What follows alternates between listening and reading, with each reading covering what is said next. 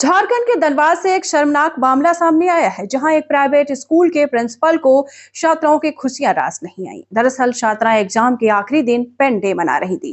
इस दौरान वे एक दूसरे की शर्ट पर शुभकामनाएं संदेश लिख रही थी। पेन डे तो आप सभी लोग जानते हैं, एग्जाम के लास्ट में जब एक दूसरे से वो लोग मिलते हैं तो एक दूसरे की शर्ट पर कुछ ना कुछ लिखा जाता है।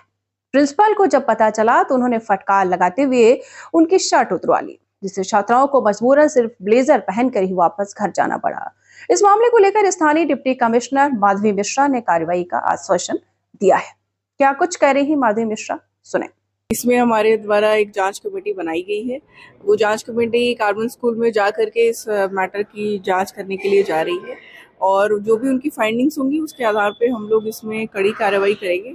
साथ ही जो पेरेंट्स का ये कंसर्न था कि क्योंकि बच्चियों का 10th का एग्जाम्स है, उसको लेकर के भी संभवतः जैसा उन्होंने अपना कंसर्न बताया कि विद्यालय प्रबंधन के द्वारा कुछ क्वेश्चंस रेज किए गए हैं, तो डिस्ट्रिक्ट एडमिनिस्ट्रेशन ने उनको ये भी एश्योर किया है कि किसी भी तरीके से बच्चियों के बोर्ड एग्जाम। पूरा मामला धनबाद के एक प्राइवेट स्कूल का है, जहां कक्षा 10 की छात्राओं का गुरुवार 9 जनवरी को आखिरी एग्जाम था, इसलिए वे पेन डे मना रही थी। पेन डे के दौरान स्टूडेंट्स एक दूसरे के शर्ट पर शुभकामनाएं मैसेज लिखते हैं, यहां भी यही हो रहा था। छात्राएं आपस में एक दूसरे के शर्ट पर शुभकामनाएं लिख रही थी, लेकिन ये बात स्कूल के प्रिंसिपल को रास नहीं आई। उन्होंने लगभग 100 छात्राओं की क्लास लगा दी। बता दें कि इस स्कूल की प्रिंसिपल एक महिला है।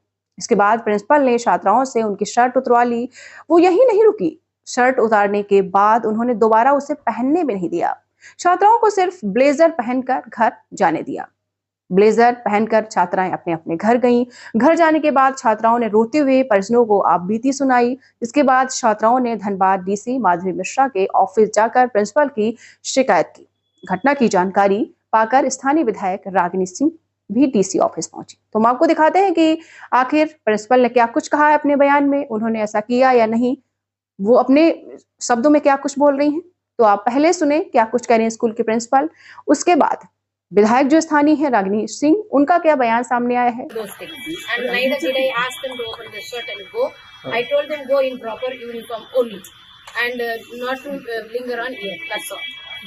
तो उनका परिजन को जो आरोप है, क्या वो गलत है क्या?